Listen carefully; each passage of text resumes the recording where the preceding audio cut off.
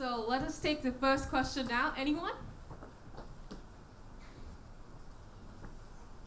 Gentleman in the middle, please.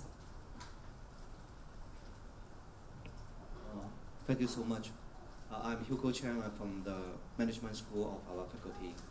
I have a very simple question. So from our management school, we learned about business model, and we think from the business model perspective. But from you, we learned that you try to create a niche for the ocean park.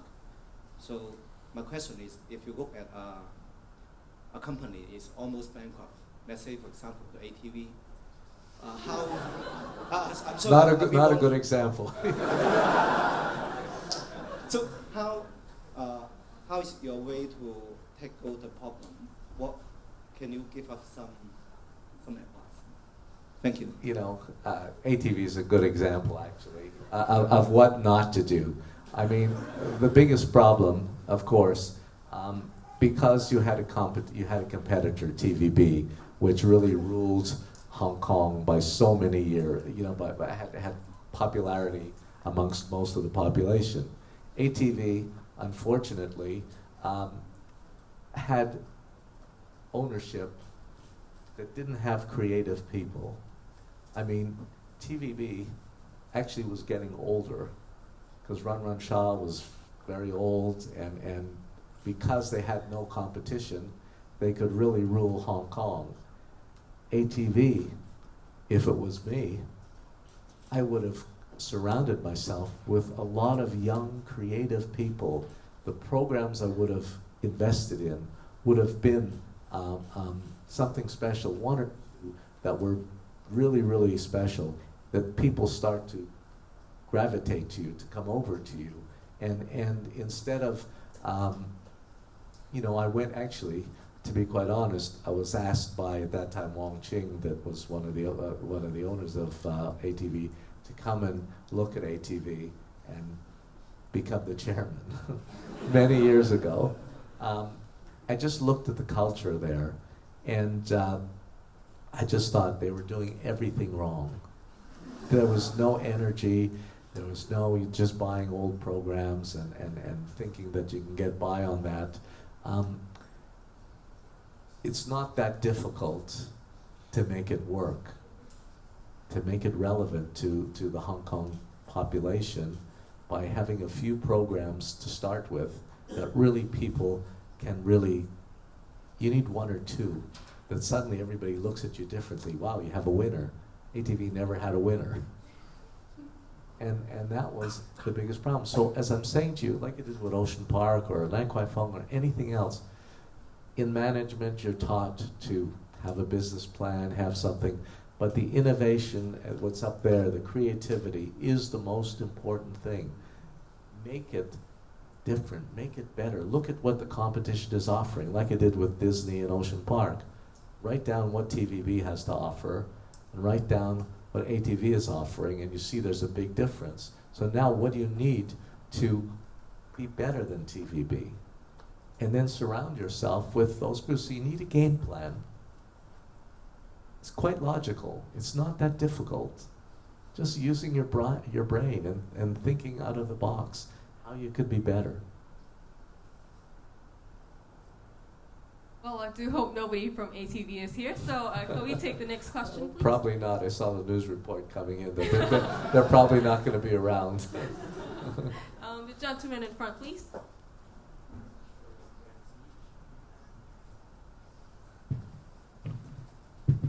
Sorry, right. Thank you very much for your great speech, and I really want to ask one question that's quite special. That you talk about discipline, right? And I want to know how you develop or nurture your own discipline, because I believe that this is such a great characteristics for a great businessman. Thank you. I think you're right. I mean, discipline is very important. The most important thing to me, always from a very young age, I always had a very logical mind. I never panicked. I never put pressure on myself. I usually get it into a routine. You know, if it's something that's simple, that's understandable, you feel comfortable. If it's something that's not, you feel comfortable with, you'll feel very anxious and feel jumpy. So I've always thought to myself, 1 and 1 equals 2, not 1 and 1 equal 3. If 1 and 1 equals 3, it becomes jumbled. It becomes problems. Life is difficult enough. Don't complicate your life. Lead a simple life. When you lead a simple life, things will follow in place, and you'll be able to make decisions that really make sense. If your mind is jumbled, you won't make the right decision. And so I've always felt that to have a logical mind, to have my feet on the ground, you become disciplined in something that you enjoy doing. And if you enjoy doing it, it's easy to be disciplined. If you don't enjoy it, it's hard to be disciplined because you always want to change. The gentleman over there, please.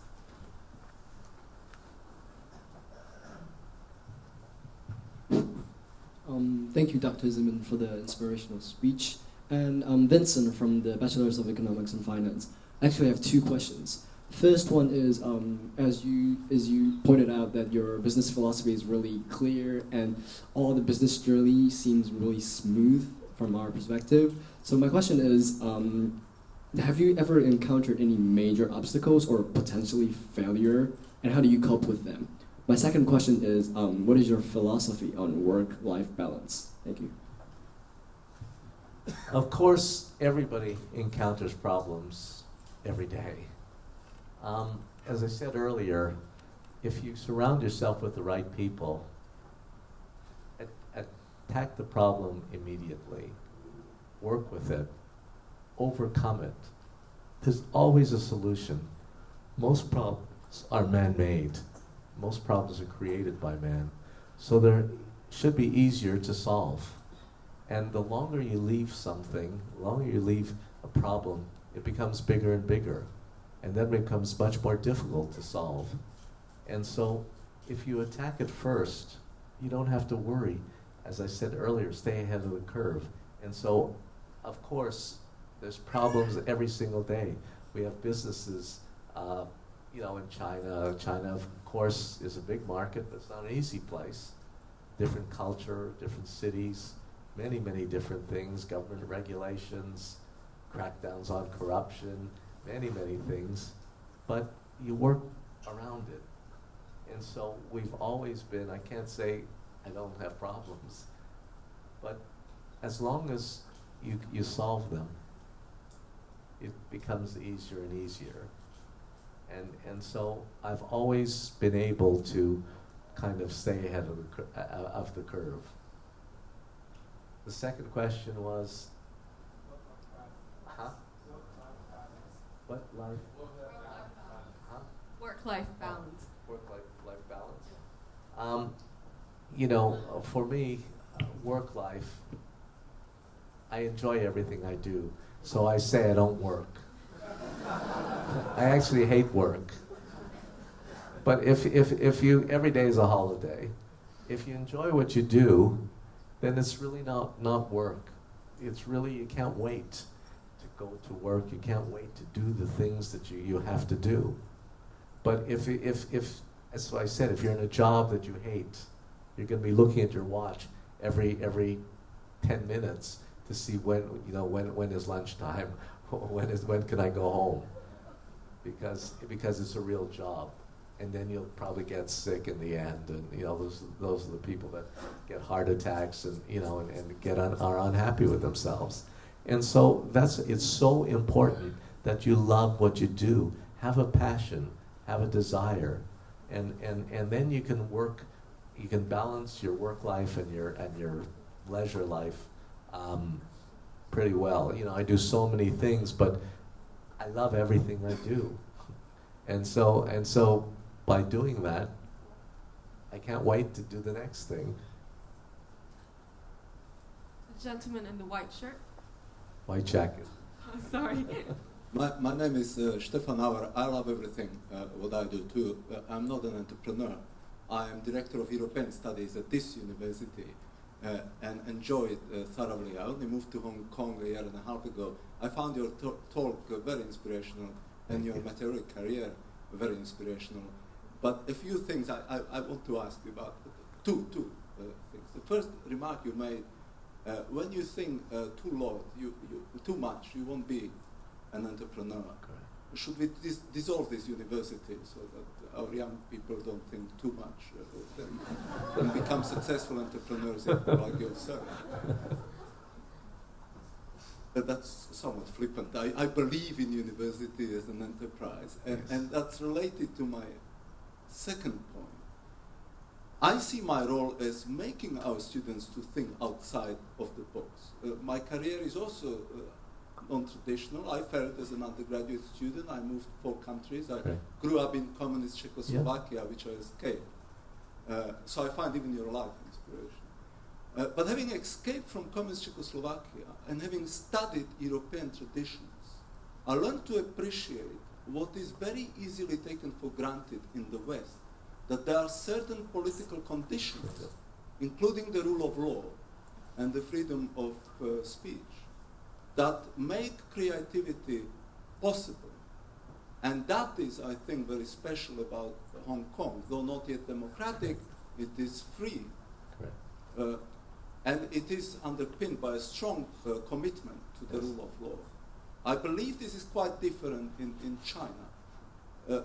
Do you think this matters? I think that if you really understand China, and I said I've been there for 35 years, I've worked there, I've had offices there. China is changing very, very, very quickly. The reason I always had confidence, in 1997, when all the foreign press was here, and they used to come to interview me because they're worried the night of the handover that this was the end of Hong Kong. Going back to China, everybody, the PLA was on the border and everybody was going to be walking around in handcuffs and this was the end. I kept saying, I saw the changes taking place in China. China is an economic miracle. I mean, if you know the country from before and you see the people today, I remember it's 1.3 billion people. And the internet, even amongst communist countries, even Czech Republic, even wherever, it's changing. The internet is changing the world. Young people are connected. Everybody is connected. In the old days, people didn't have access to communication. This is really changing the world. And even for leaders who before in China, you can see Li Keqiang just this past weekend said that the future of China is innovation, is creativity. He's encouraging entrepreneurs. And so with that, of course, when you have 1.3 billion people, part of the country still tries to stifle some creativity or some dissent in order to try to keep a stable economy, because otherwise it'll go out of control, I understand the problems, but it's changed so rapidly. When I'm in China, I'm in Shanghai or other cities, the young people in the street, there's no problems. I mean, I don't feel any different than I do in Hong Kong or somewhere else. So we're in a new environment, we're in a new world. Yes, every system is different, and sometimes you have, as I say, the older generation that has problems adjusting to the younger generation, and that's where you have the problem, where the younger generation wants change and wants change quickly. The older generation is comfortable with what they know, and that's that divide in the middle where we need to bring it closer, and that almost happened. I don't want to start with Occupy Central and Hong Kong government and whatever, but it needs to get closer. It was young people wanting change, being idealistic, older people not really understanding exactly what is going on. And so it's something that, you experienced it because, yes, you had the courage to move from different countries and pick yourself up and leave those countries and see other travel, you know, and you experience a different way of life. And even travel makes you different even in China. No different than what happened in Hong Kong or Taiwan or Korea. People are traveling now in China. They're the #1 tourist in the world today. And when they travel abroad, they see things and they come back and they bring that change back to the country. It changes the country. Hong Kong in the old days, we didn't have the condominiums, the apartment buildings that we have today. When I first came here, houses hardly had kitchens. They had a stove, and the toilets were terrible.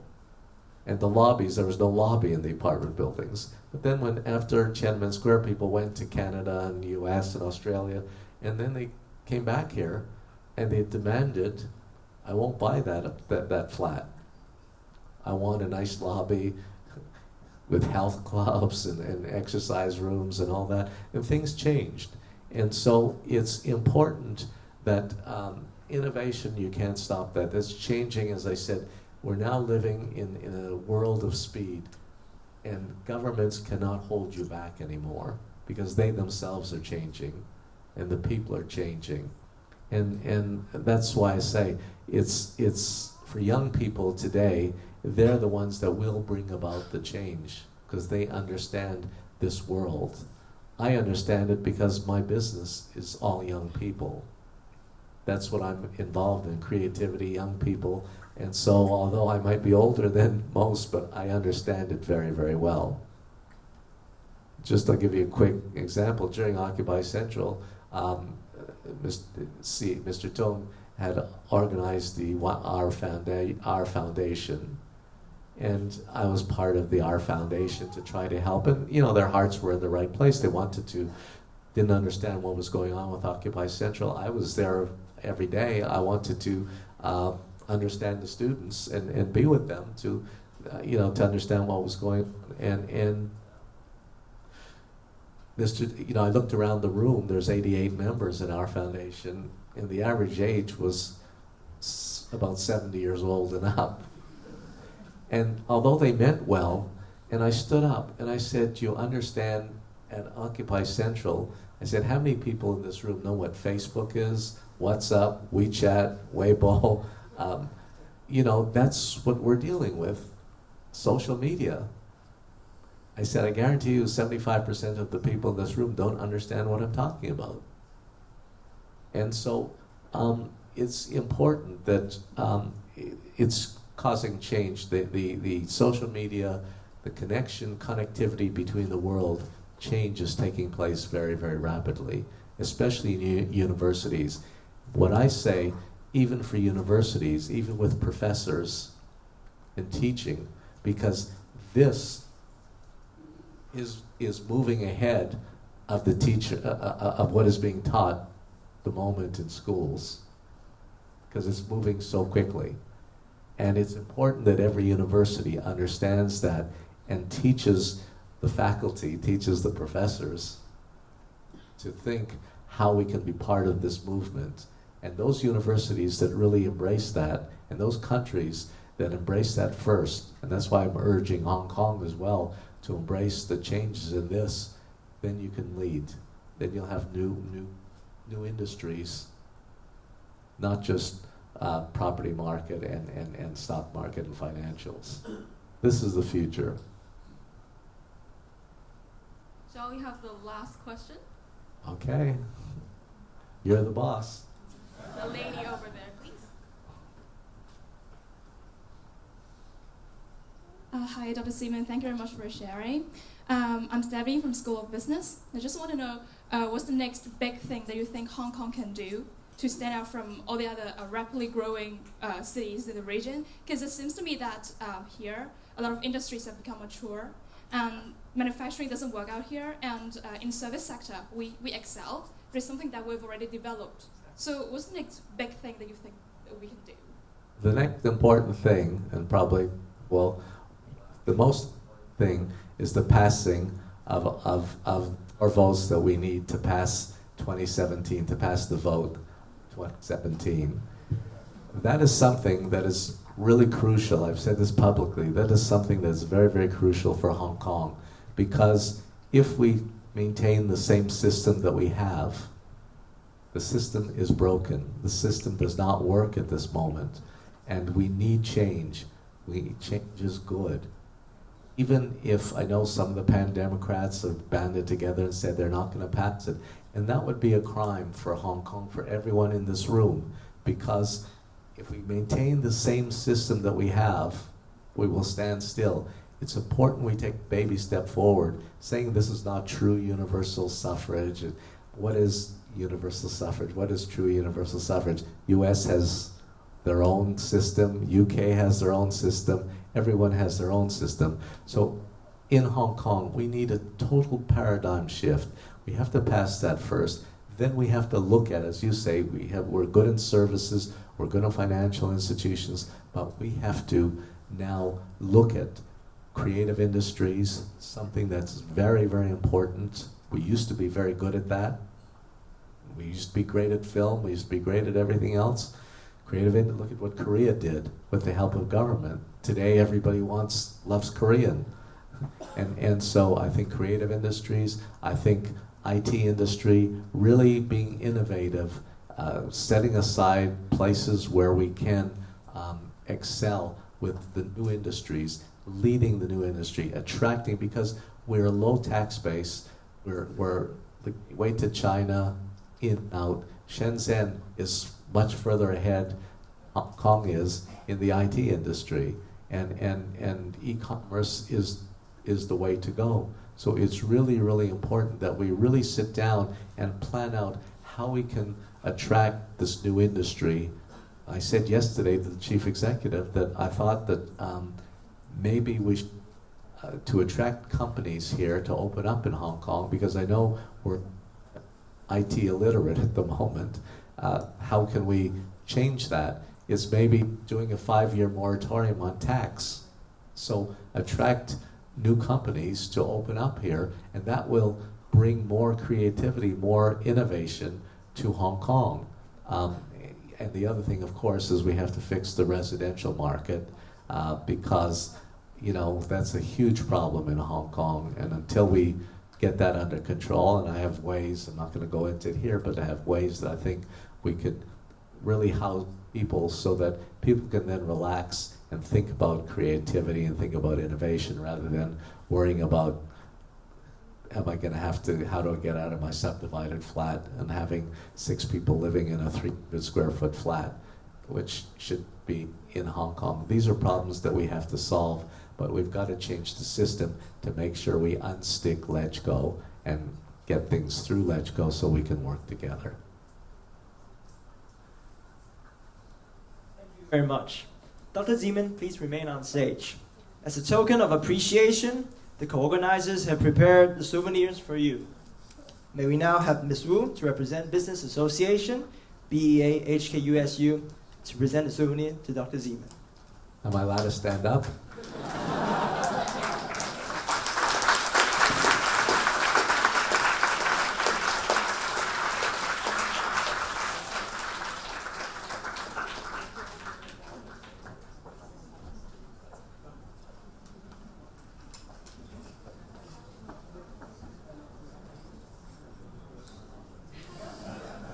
Thank you, Ms. Wu.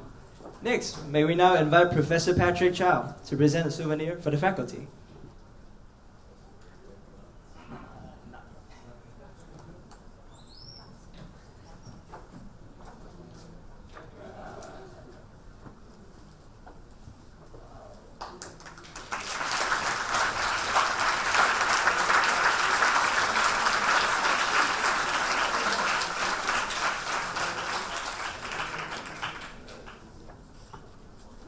Thank you, Professor Chow. Thank you, Professor Chow. And now comes to the photo-taking session. May I now invite Dr. Zeman, Professor Chow, and Ms. Wu to join the audience downstage for a group photo-taking session. And everyone else, please stand up and move towards the center of the stage, of the theater.